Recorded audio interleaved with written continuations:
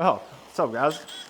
Welcome back. Today, we're installing a front wheel bearing on my 2015 B8.5 Audi A4. Cracked the Red Bull, got my dirty work jeans on, hop right into it. Before we get started, I'm gonna run you through everything we need to change the wheel bearing on this car. Wheel bearing assembly, wheel bearing bolts, steel wire brushes, impact sockets, lug nut sockets, a 1/2 inch impact gun, 18-inch 1/2 inch drive breaker bar, a 19mm hex bit, 1/2 inch drive, an M12 triple square bit. I got the extended one because you'll need that to get around some parts. 1/2 inch drive torque wrench that can go up to at least 200 Newton meters or 150 foot-pounds. Handy dandy jack stands, and you can't make it happen without a jack. You gotta get this little bad boy out of your trunk. The lug cap puller. Pop it in, pull out your lug caps.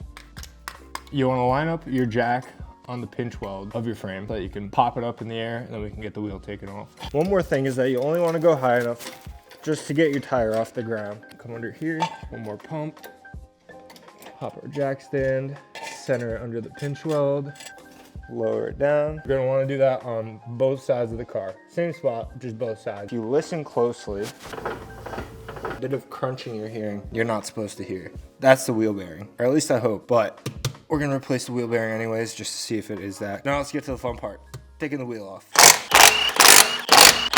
Slide her back, take your center cap out so you can access the center bolt in the carrier. Put your wheel back up there. You're gonna put 2 bolts back in for the time being. Give them just a little tighten.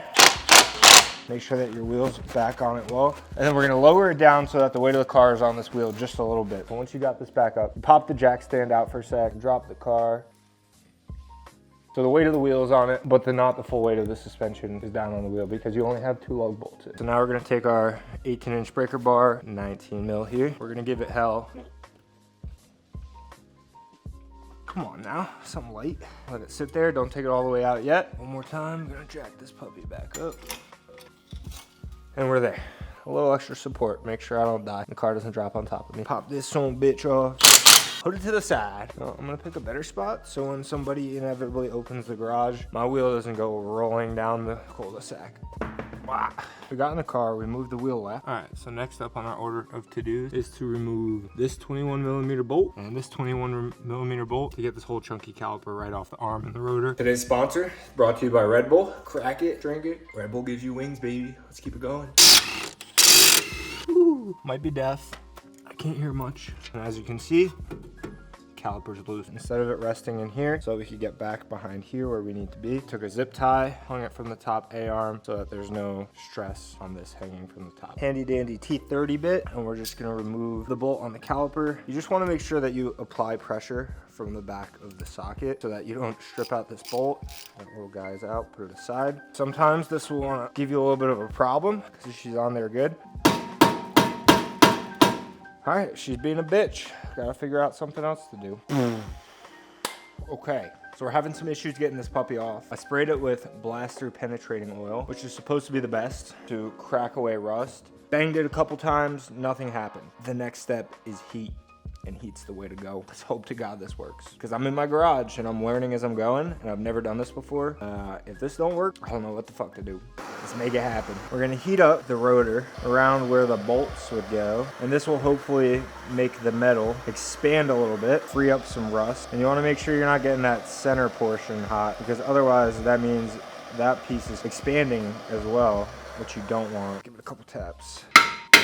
All right, still no budging yet. If I get it, I'll come back and show you guys. This rotor finally came off my damn car. That took so much work for so long, for such a stupid thing, but it was so worth it because it just proves that I can do it. So satisfying and rewarding to do things on your own car and run into problems and successfully overcome them. To remove these 4 bolts to get the rotor shield off. T30.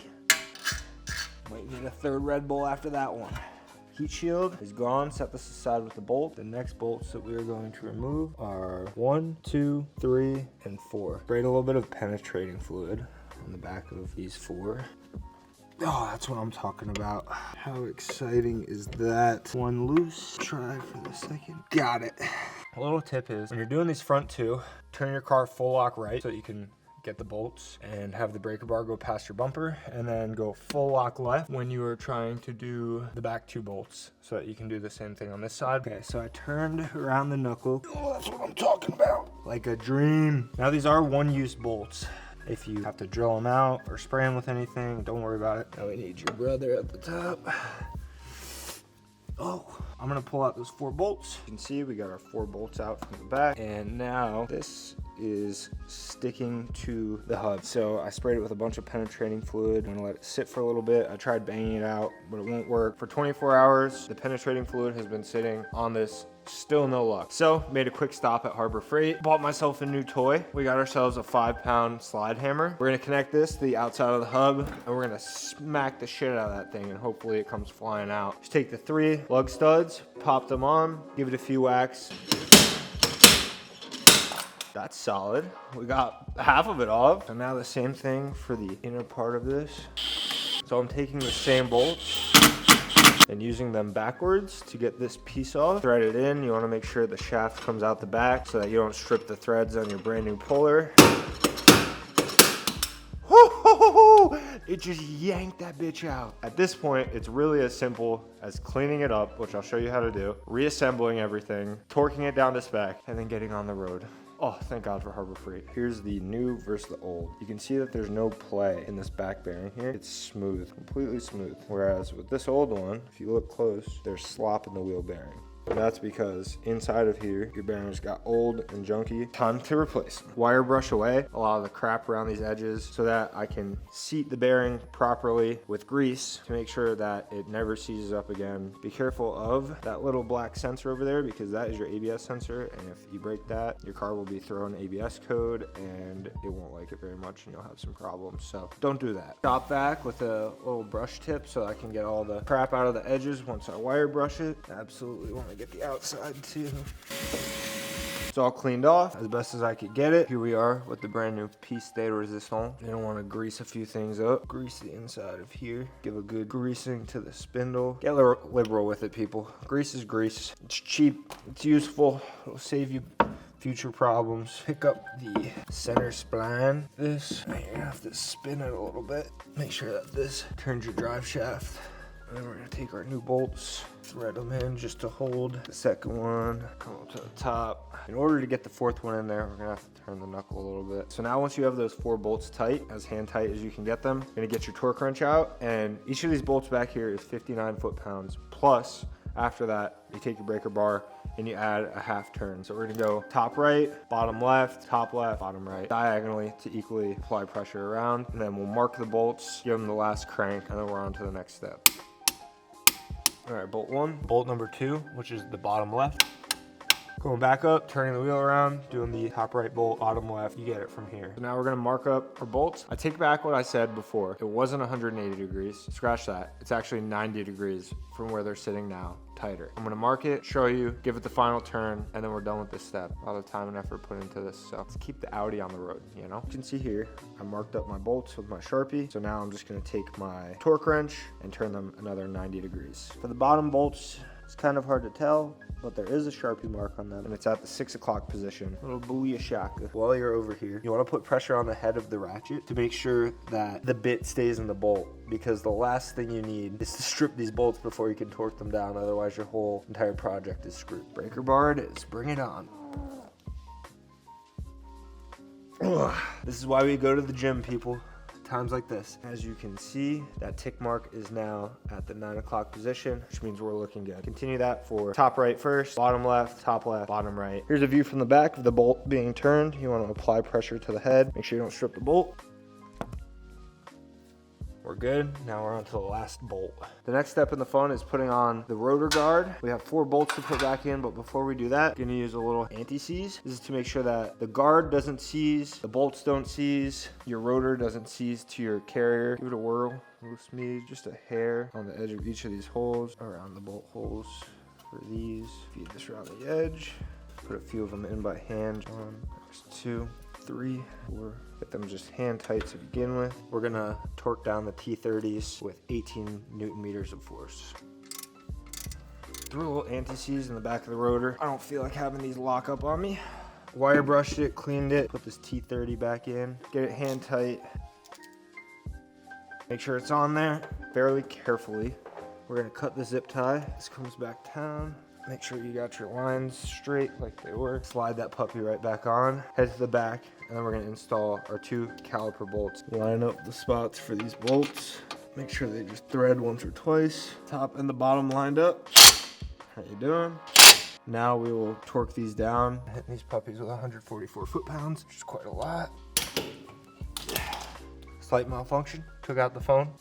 Holy shit, took my whole fucking body weight. All right, off to number 2. She's on piece by piece. Hope you guys are enjoying seeing me struggle because this takes a lot of force. 144, how you doing? One of the final pieces of the puzzle. We'll put our center spline bolt in. This will be 147 foot-pounds of torque or 200 Newton meters. And then we're gonna give it that quarter turn once the wheel's back on the ground. Little trick I saw on YouTube, you take a nail punch, you pop it in your rotor like so, and you just rotate your rotor so the nail punch comes up into contact with the bottom. The nail punch in the rotor edge is so that the rotor doesn't spin while you are giving this its initial torque. So we're at 147.5 Newton meters. All right, there we go. We're gonna mark the top, 12 o'clock mark, and we are going to take that down to 3 o'clock. Don't forget to pull out your nail punch, otherwise you will absolutely shatter your rotors. All right, now the wheel's going back on. Start one lug, hand tighten it as best as you can. Then in the classic star pattern. Now with my impact gun on the softest setting. The wheel's on. We're going to bring the car down until we load some weight on that wheel. We want to leave it a little bit jacked up so we don't put too much pressure on the wheel. But we're going to do 2 things. First off, we're going to finish off that 90 degrees. So I put a little 3-inch extension on just to keep it away from the wheel. I'm literally, that is my full body weight on this bolt. All right, we're going to have to do an old school trick here. Halfway there, I grabbed a good old handy dandy lacrosse shaft. Hope to God we don't bend this thing. Looking good there. Means you can pop your center cap back in. Welcome to the happy ending, where the final thing we do is torque down our lug stud. For this, we're gonna do 89 foot-pounds of torque, or 120 Newton meters, in a star pattern. 5, usually you wanna go back through once more. Drop her down. All right, so one last note before I send you on your way. Take the car for a road test, make sure that the noise went away, make sure that everything seems good. Double check your lug nuts after about 50 miles or so to make sure that they didn't loosen up. And then also don't forget to pop back on your little baby lug bolt covers. Thank you guys so much for watching. I hope you enjoyed the video. I hope it was educational. And I hope it helps you with everything that you want to do for your wheel bearing on your own B8.5 Audi A4. Make sure you like, comment, subscribe. I'm going to be changing my car piece by piece, keeping it running and on the road. So I'll document that for you guys so you can see it. Peace.